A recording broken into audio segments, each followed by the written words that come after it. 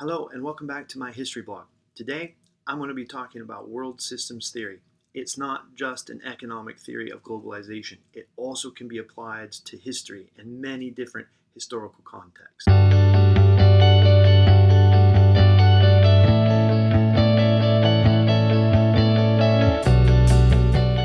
Immanuel Wallerstein came up with world systems theory in the 1970s and 80s, largely in response to the student revolts of 1968 in Paris, the Vietnam War, revolutions that popped up around the global sort of system. And he began by trying to explain how these things operated. Economic sort of schools at the time sort of viewed the world in sort of a three-tier sort of system.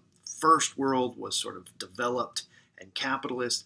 The second world was the sort of Russian-led communist world. And then the third world was developing sort of sections of the globe. Rather than examining what Wallerstein believed was sort of the false disconnect between the developing and the developed world, he believed that these regions were interconnected and dependent upon each other. To sort of describe this, he envisioned a system, a network of locations around the world in which nations, countries, regions could fit into one of three categories. The first category is the core of the world system.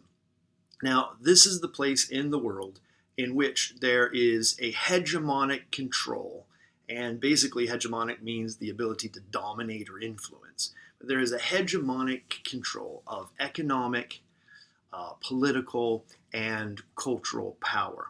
Today, we would describe this as the United States, but the US has not always been in the core of the world system. If we go back 500, 600, 700 years ago, we can see that China is the core of the world system for quite a long time before it's being replaced by Europe during the Industrial Revolution. The second location in this networked world system is the Semi-Periphery. The Semi-Periphery is a location in the world that has significant but not hegemonic power. So they might have, for example, a lot of economic power, but not very much cultural or political power. Today we would think of places like Europe, Canada, Japan, Australia, places like this that would make up the semi-periphery of the world system. The third location in the world system is the periphery. The periphery is kind of the farthest away from the core, yet still linked. The periphery has limited power. Most of the time in the periphery, these locations have very limited or little economic power, cultural power, or political power, but they oftentimes have a lot of things to give to the world system. For example, natural resources. Most of the natural resources that exist in the world today are in the periphery. The periphery of the world system also has human resources or people. In fact, the vast majority of the people on this planet live in the periphery. So here we have a very unbalanced world system where the least amount of people who have the most amount of money live in the core of the world system and the semi-periphery of the world system. And the locations that have the least amount of money but have the most number of people live in the periphery of the world system. Now, these sort of places are interconnected. They're networked together. That is to say that nobody has the ability to dominate universally the entire world system. This is a system in which all three places, core, semi-periphery, and periphery, are fundamentally codependent upon each other. Now, the core might be able to leverage economic power or political power through the military or through diplomacy to try to influence the world system and bend it towards its desire or its will. But the core of the world system also relies on the semi-periphery to partner in managing and maintaining the world system.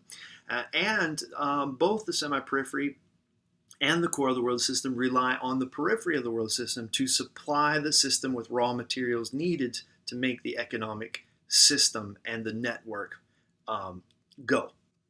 Now, although this world system networks all these different places together, not everybody likes the way that the system operates. And so throughout history, there have always been groups or elements that have tried to disrupt or even destroy that system.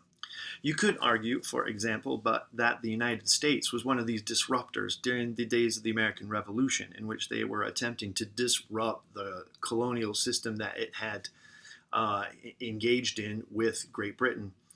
Even more pertinent, you could argue that the Haitian Revolution, in which slaves rebelled against plantation owners and the French Empire, was even more profound of a disruption of the system, and ended up, even though these places we might place in the periphery at the time, they ended up transforming the system in dramatic new ways. People use world systems theory to explain how the global interconnections of the economy work, or of how politics work.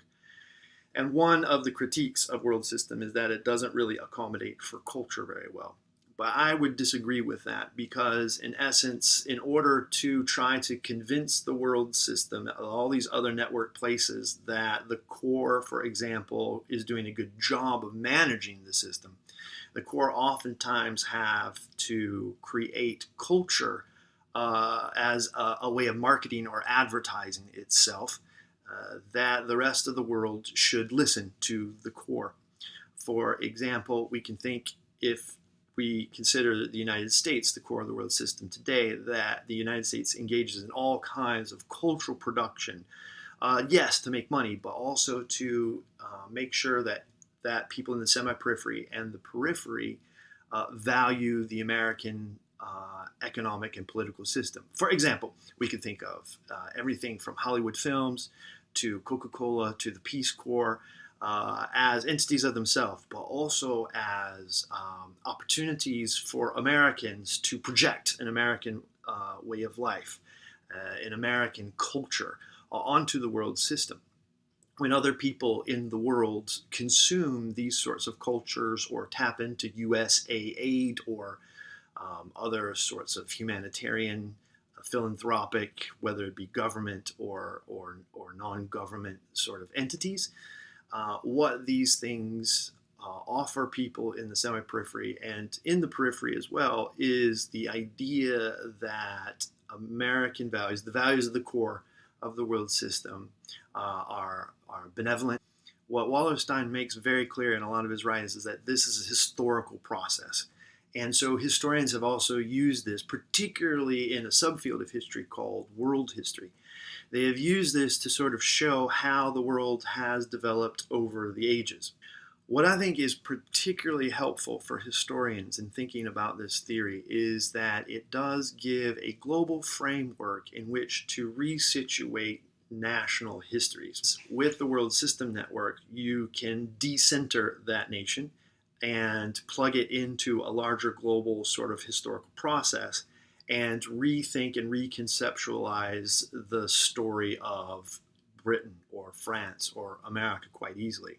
Thinking about how the world is interconnected, we can begin to tell all kinds of different stories that allow us to have new insights and to learn all kinds of new lessons from the past. This is especially relevant as many of our classes become more and more diverse, with people from all kinds of different parts of the world in our classrooms.